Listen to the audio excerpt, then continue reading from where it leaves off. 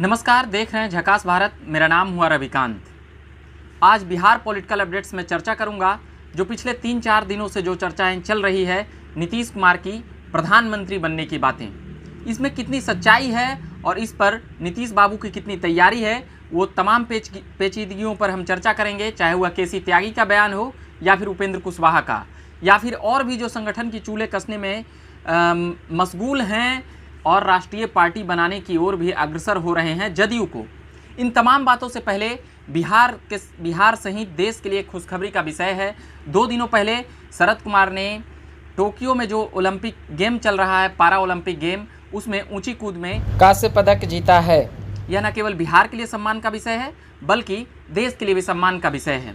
तो शरद कुमार सहित उनके परिवार और उनके तमाम चाहने वाले लोगों के लिए एक खुशी का विषय तो है ही। साथ ही शरद कुमार अगर यहाँ आएंगे तो उनसे हम बात करने का भी प्रयास करेंगे कि उन्होंने पारा ओलंपिक में की ऊंची कूद की स्पर्धा में जो कांस्य पदक जीते हैं उसकी तैयारी कैसे करते थे और क्या कुछ करते थे, ताकि जो तमाम ओलंपिक्स गेम हैं उसमें और भी युवा कैसे तैयारी कर सकें कुछ शरीर में कमियां होने के बावजूद।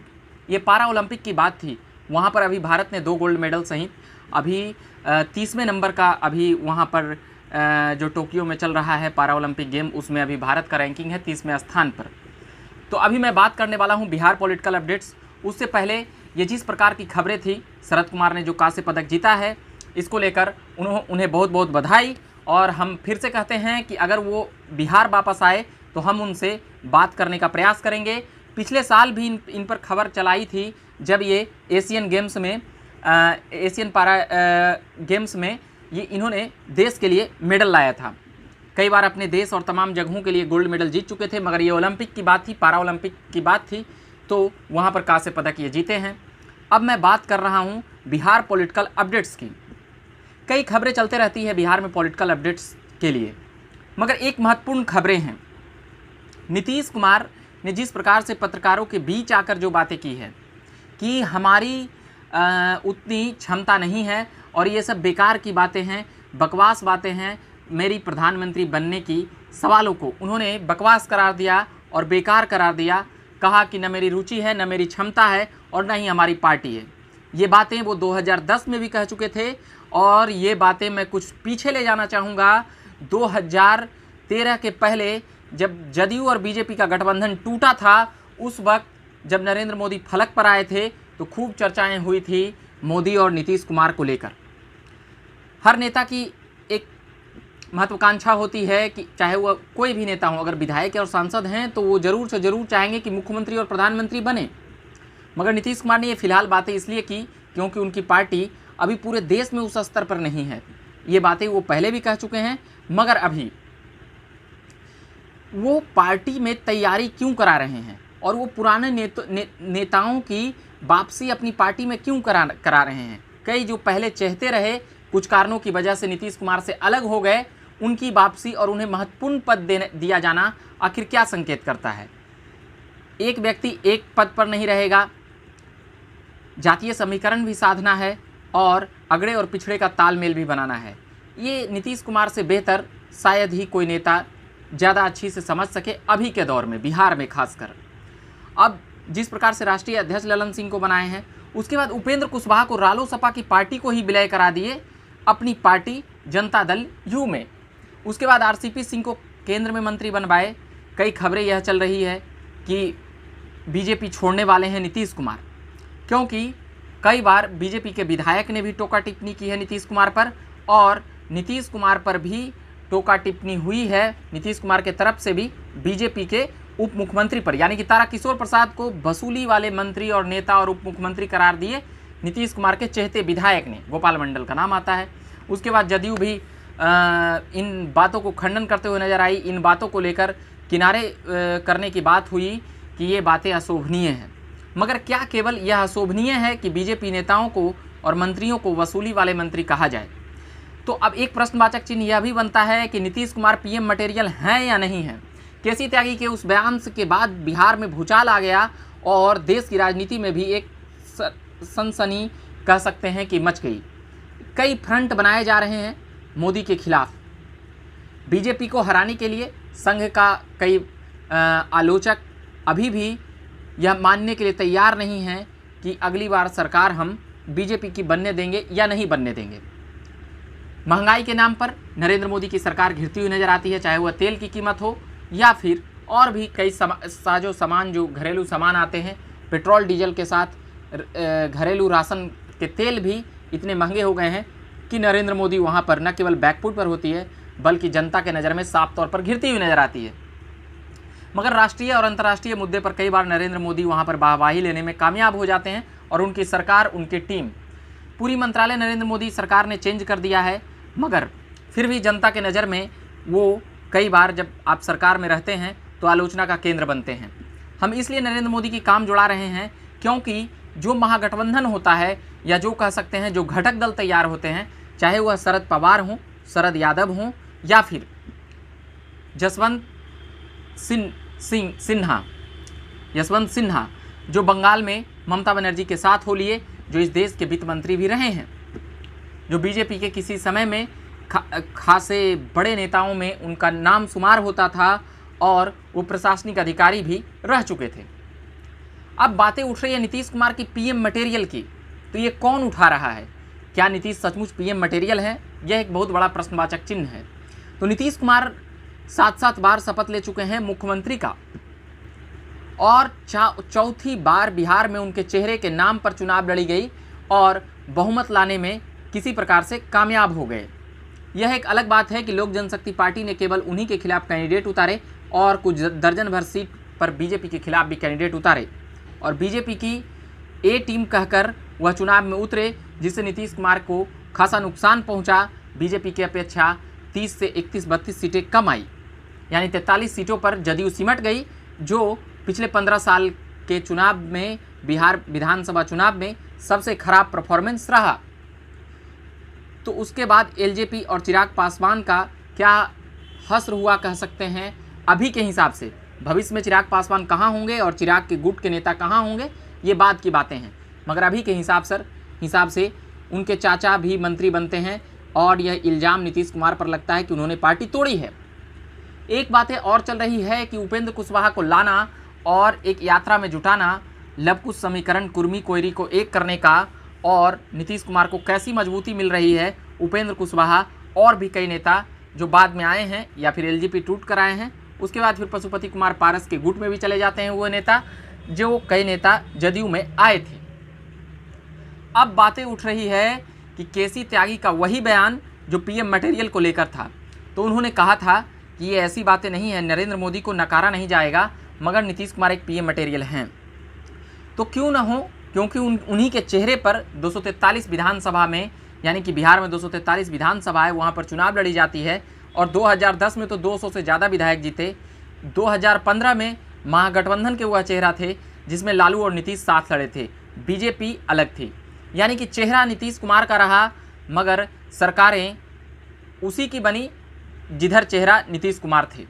बीजेपी ने यह हथकंडा आजमा कर देख लिए, इसलिए वो रिस्क नहीं लेना चाहती है, चाह कर भी, जिसमें सुशील कुमार मोदी का बहुत बड़ा हाथ माना जाता है कि सुशील कुमार मोदी के कारण ही नीतीश कुमार का गठबंधन अभी बिहार में टिका हुआ है। क्योंकि 2017 में जो हश्र हुआ आरजेडी के साथ, रातों रात छोड़कर रात को नीतीश कुमार इस्तीफा देते हैं और एन के प्रकारेण भ्रष्टाचार का आरोप लगाकर तेजस्वी और लालू परिवार पर, आरजेडी के कह सकते हैं कि उसके कल्चर पर, उसकी राजनीतिक कल्चर पर आरोप लगाते हुए जदयू नीतीश कुमार अलग होते हैं और कल ही 12 से 14 घंटा में कह सकते हैं कि नीतीश कुमार का इस्तीफा होता है और शपथ भी हो जाता है। यह सब होता है 28 जुलाई 2017 के समय। 2019 लोकसभा आती है, नीतीश कुमार उस वक्त भी प्रधानमंत्री के बड़े चेहरे के रूप में जाने जाते हैं, मगर वह भी जानते थे कि अभी मोदी लहर 2014 से भी अधिक है। वह भापने में कामयाब हो गए, मगर 2014 में वह क्यों नहीं भाप पाए और वहाँ मात खाते हैं और 2 सांसद होती है। इसलिए नीतीश कुमार भी कह सकते हैं कि एक एक कदम अब फूक फूक कर रख रहे हैं। वह मीडिया में आकर साफ इन बातों का इनकार कर देते हैं कि ये बातों में कोई दम नहीं है, हमारी क्षमता नहीं है प्रधानमंत्री बनने की, हमारी पार्टी नहीं है। तो फिर वह अपनी पार्टी को इस तरह से प्रत्येक अलग अलग राज्यों में मजबूती प्रदान करने में क्यों लगे हुए हैं? यह सवाल है कि नीतीश कुमार आखिर क्या बतलाना चाहते हैं लव कुश समीकरण के साथ, तो उपेंद्र कुशवाहा को ले ही आए हैं, मगर अपनी पार्टी को राष्ट्रीय दर्जा दिलाने की बात उनके नेता बार बार गाहे बगाहे करते रहते हैं। यह एक बहुत बड़ा सवाल है कि आखिर नीतीश कुमार चाहते क्या हैं। नीतीश कुमार मीडिया में आकर जब वह कह रहे हैं कि हमारी प्रधानमंत्री बनने की कोई इच्छा नहीं है और क्षमता नहीं है, ये बातें वो कई बार दोहरा चुके हैं, ये बातें आज भी दोहरा रहे हैं। मगर अगर थोड़ा देर शांत होकर सोचें कि अगर हम मुख्यमंत्री हैं या कोई भी व्यक्ति मुख्यमंत्री है तो उसके बाद कौन सा पद आता है, प्रधानमंत्री का, और वो भी 15 से 16 सालों से वह मुख्यमंत्री हैं। एक बार 9 महीने उन्हीं के इशारे पर मुख्यमंत्री रहे जीतन राम मांझी, तो वो भी उन्हीं के टर्म में जुड़ाएगा, क्योंकि उन्हीं के इशारे पर बने और उन्हीं के इशारे पर इस्तीफा हुआ, उन्हीं के चाहते हुए इस्तीफा हुआ। चाहे मांझी कितना भी तड़फड़ा लें, आज उसके बाद उस प्रकरण के बाद 3-4 सालों तक मांझी छटकते रहे, मगर अंततः नीतीश कुमार में जाने के बाद ही उनके पुत्र भी मंत्री बने हैं। अब बात उठ रही है कि नीतीश कुमार रिस्क लें, आखिर क्यों नहीं रिस्क ले सकते हैं प्रधानमंत्री के लिए। और कई लोग कहते हैं पीएम मटेरियल है, कई लोग कहते हैं पीएम मटेरियल नहीं है। तो ये बातें एक आम धारणा से भी सोची जा सकती है और समझी जा सकती है कि जो व्यक्ति 7-7 बार मुख्यमंत्री का शपथ ले चुका है और 15 सालों से मुख्यमंत्री है, तो वो पीएम मटेरियल क्यों नहीं हो सकता है, क्योंकि उसी के चेहरे पर चौथी बार भी जनता ने मुहर लगा दी है, भले ही इस बार विधानसभा में उतनी सीटें नहीं जीत पाए। अब बातें उठ रही है पीएम मटेरियल। इस देश में ममता बनर्जी को लेकर भी नाम चल रही है पीएम मटेरियल को।